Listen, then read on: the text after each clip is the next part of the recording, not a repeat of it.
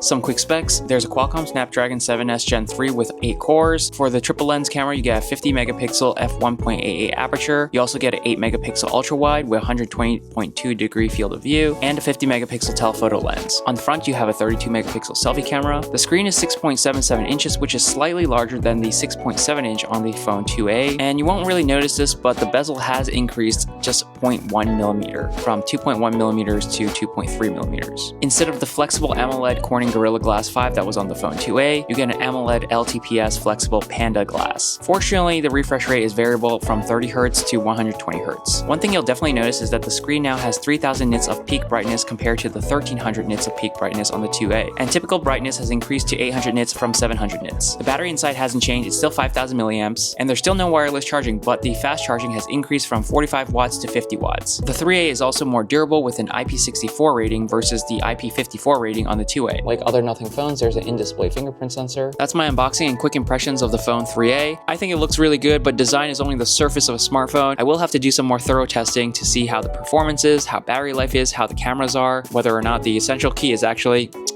essential, and also see how this compares to the Phone 3a Pro. You can order the Phone 3a starting today, March 4, and delivery should start on March 11th. I've got some pricing to share for the Phone 3a. This specific model with 12 gigabytes RAM and 256 gigs of storage, $379 US. But as always, it's coming exclusively through Nothing's US beta program, which basically means it's limited time. So get it ASAP if you really want it. But let me know what you guys think about the Nothing Phone 3a. Is this going to be another hit like the Phone 2a?